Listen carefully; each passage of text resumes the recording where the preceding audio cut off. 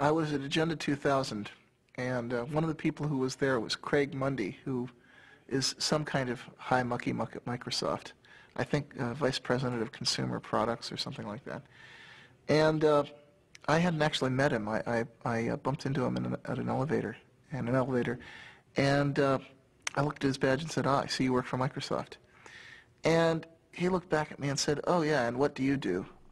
And I thought he seemed just a sort of a tad dismissive. I mean, here's the archetypal, guy in a suit looking at a scruffy hacker. And so I gave him the 1,000-yard stare and said, "I'm your worst nightmare."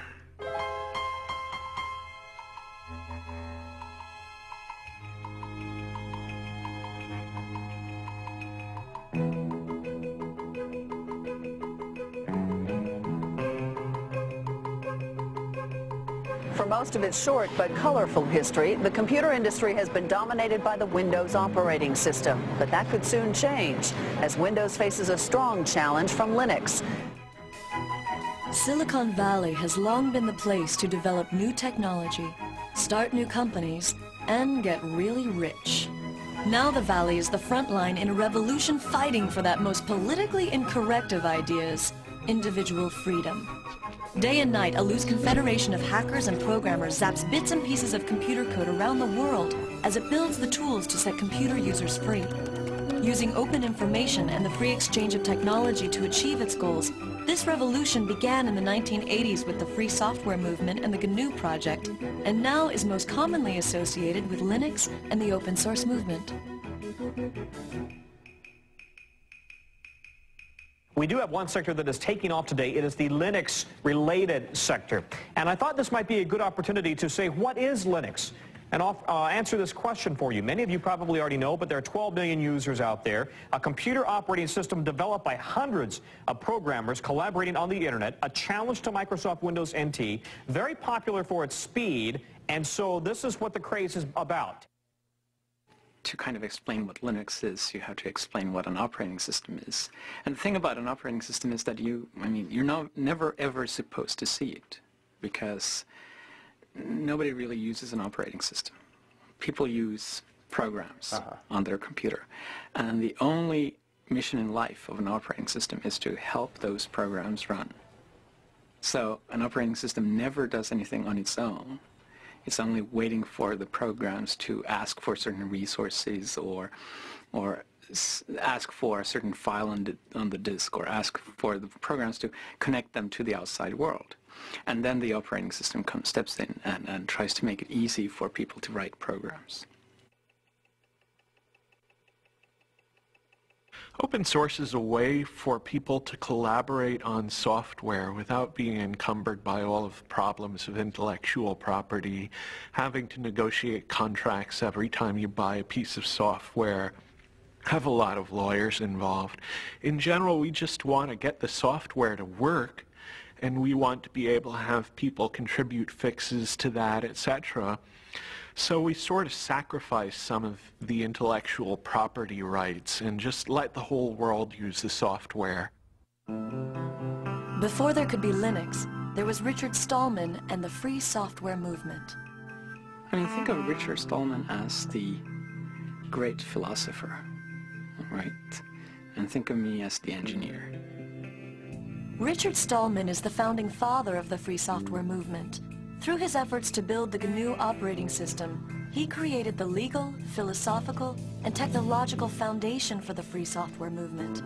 Without these contributions, it's unlikely that Linux and open source would have evolved into their current forms today. I joined the MIT Artificial Intelligence Lab in 1971. I joined a thriving community of hackers, people who loved programming, loved exploring what they could do with computers, and they had developed a complete operating system entirely written there.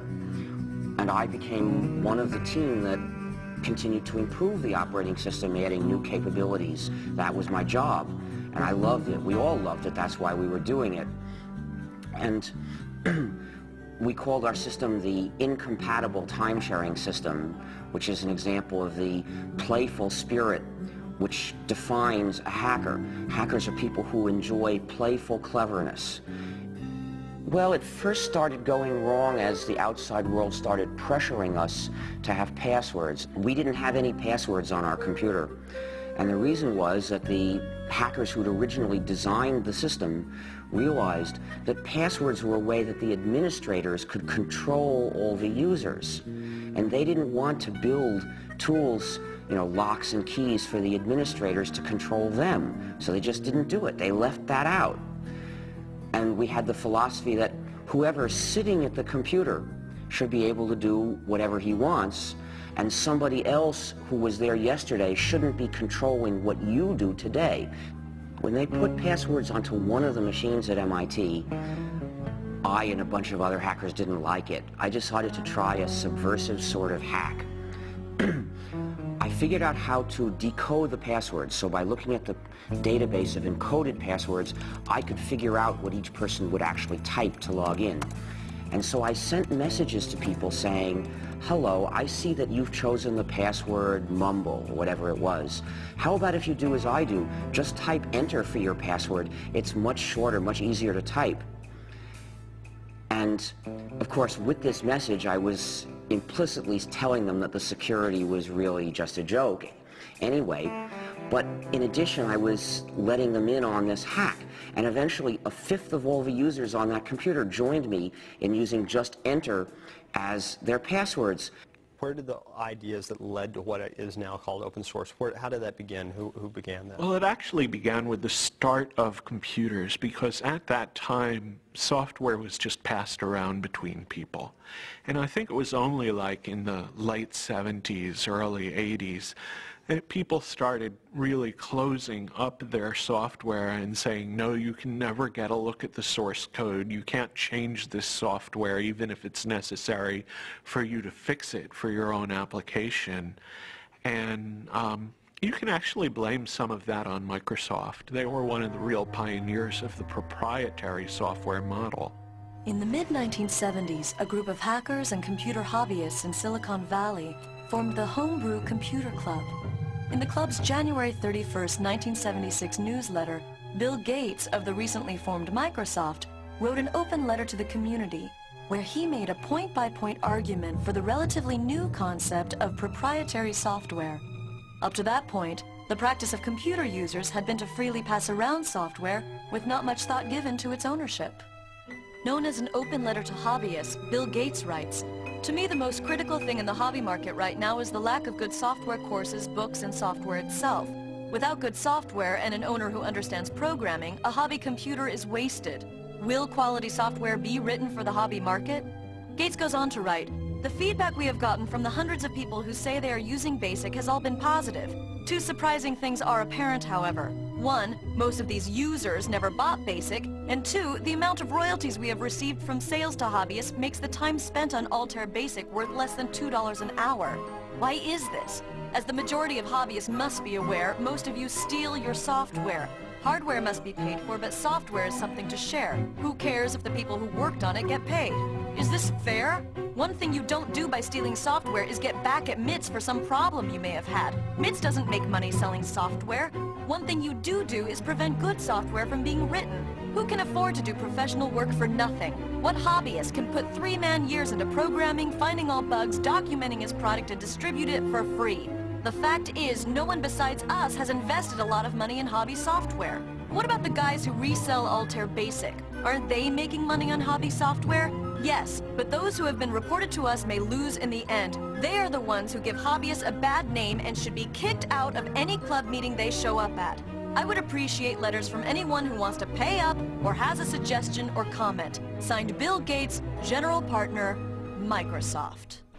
In the late 70s and early 1980s, Richard Stallman was doing artificial intelligence research and coding at the MIT Artificial Intelligence Lab. Richard had a number of negative experiences during that period which soured him on the whole idea of commercial software. Such as? Some code that he wanted to work on and wanted to fix was locked up, and he couldn't get the company that owned the code to let him fix it, even though it would have been to their advantage to do so.